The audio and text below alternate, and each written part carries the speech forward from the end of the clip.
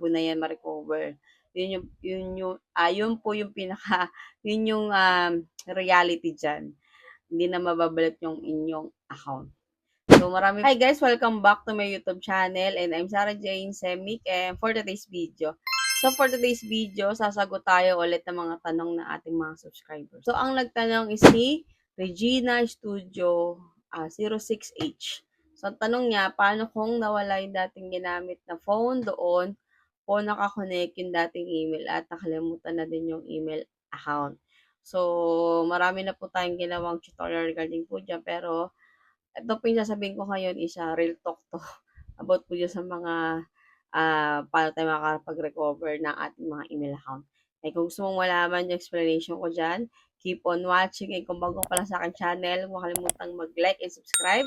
And click mo yung bell para updated ka na nga sa mga video na upload ko. And simulan natin agad pagtapos ng aking intro.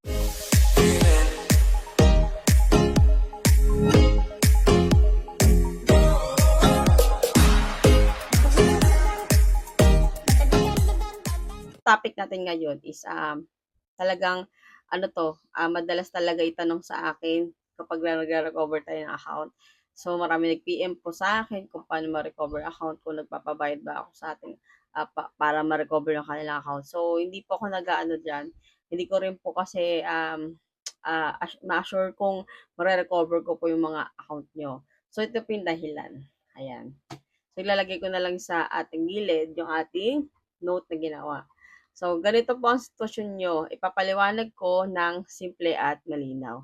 Kung nawala na ang dating phone, nakalimutan ng email, sa totoo lang po, mahirap na itong ma-recover. Lalo na kung wala na ang dating phone, hindi na ma-access ang email, walang recovery email o phone number, walang valid ID na nakalink. Ayan. So, sa mga sinabi ko, ayan, malabo na yung ma-recover kung lahat kayo wala dyan. Napakahirap po. So, ano ang ibig sabihin nito? Para kay Facebook, Meta, Google, wala na po kayong proof na kayo ang tunay na may-ari ng account. Kaya madalas nilang sagot ay, hindi na namin ma-recover ang account. Mga pwede nyo pasubukan. Last option. So, i-recover mo ng email, mas malaga kung Gmail, Yahoo, Outlook. Pumunta sa forgot email, password, ilagay ang dating pangalan, lumang password, kahit isa lang na naalala. Petsa na ginawa ang account, kahit estimated. Kapag na-recover ang email, may chance pa ang Facebook. So, yun. Yung una nyong gagawin and option nyo is recover nyo muna yung Gmail na naalala nyo nakakonect sa inyong mga account. Kasi sa ganung paraan, pwede nyo nang ma-access. At pwede kayong senda ni Meta or ni Facebook ng verification code, ng mga OTP code. Ayan. So, kailangan maalala nyo muna yung Gmail or Yahoo o Outlook na kung saan kayo nakakonect na account. Kasi, alam nyo yan guys, napakahirap pa talaga mag-recover ng account. Ako mismo, may account ako na hindi ko rin ma-open kasi nga, hindi ko alam yung password. Hindi ko na rin alam yung email na ginamit ko doon. Wala na rin. So, inayaan ko na. Kahit ang gumagawa ako at nag-explain po ako ng mga paano ma-recover yung account, ako mismo, nakakaranas din ako niyan kasi yung aking account is hindi ko na rin ma-recover. So, nag-explain ako kasi nga, may mga account pa rin naman ako na nare-recover. Yung isa ko pang account na-recover ko, account ko, kasi nga, alam ko pa rin naman yung email nun. And nakalimutan ko lang yung password. And marami tayong ginawang tutorial niyan kung paano tayo makapag-recover ng account. So, ito, Facebook Identity Confirmation kung may ID dati. Kung dati nakapag-upload kayo ng ID, pumunta sa Facebook Help, facebook.com/help. Ayan. Pero kung wala na talaga access sa email, madalas deny. Kung wala na lahat, ito na po ang katotohanan. Permanent na po talagang loss ang account. Kahit mag-appeal, mag-submit ng form, mag-contact ng support, hindi po nila maibabalik. Importanteng paalala, walang legit na hacker o fixer na makakabalik niyan kapag may nagsabi ng kaya ko yan, bayad, bayad lang, scam po yan.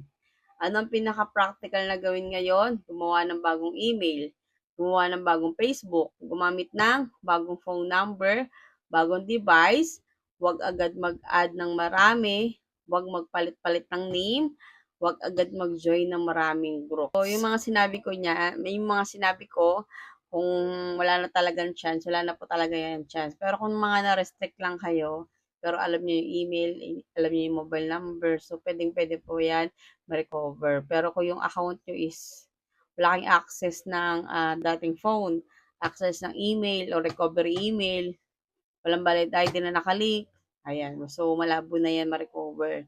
Yun po yung pinaka, yun yung reality dyan. Hindi na mababalik yung inyong account. So marami po kasing nagtatanong kahit sa TikTok, sa Facebook ko po, paayos ng account nila, hindi ko rin sila masagot kasi nga, ako mismo, hindi ko rin naman marirecover yan. Alam ko sa sarili ko na hindi ko marirecover. At sinasabi ko na lang, marami po akong ginawang tutorial at explanation dito sa ating YouTube. Ayan, so ako, nag-update ako sa inyo, nag-explain po ako sa inyo regarding po sa inyong mga account. Pero real talk, kung wala kayo sa mga ganon, na sinabi ko kanina, malabo na po yan, ma-recover ang iyong account. So, kung may iba pa kayong tanong regarding po dito sa ating ginawang explanation regarding po sa ating mga account na hindi na natin ma-access, ay mag-comment ka lang sa ating comment section. Kaya talaga guys, ingatan nyo yung mga account nyo, mag-double check, mag-ano kayo, mag-backup. Yan, magtandaan nyo yung email nyo, tandaan nyo yung password nyo. Pero kung matagal na yung account nyo, hindi nyo na talaga maalala, wala na po talaga yan. Sa akin talaga, wala na akong chance na recover yung dati ko pang account nung college pa ako noon. Hindi ko na talaga ma-recover yun kasi nga, hindi ko na alam talaga yung phone number na ginamit ko doon, wala na. Yung email, wala na rin. So, yun. Dapat maging ano talaga tayo, maingat sa ating mga account para kung once nakalimutan natin, may backup pa rin tayo, di ba? Maalala pa rin natin. Alam pa rin natin buksan para ma-recover natin yung ating account. So, ganun lang. Ingat-ingat lang sa ating account lalo na ngayon is may mga hackers sa ating account. So, yun lang. That's all for today's video. Huwag kalimutang mag-like and subscribe and click mo yung bell para updated ka na sa mga video na upload natin. And see you next video. Bye!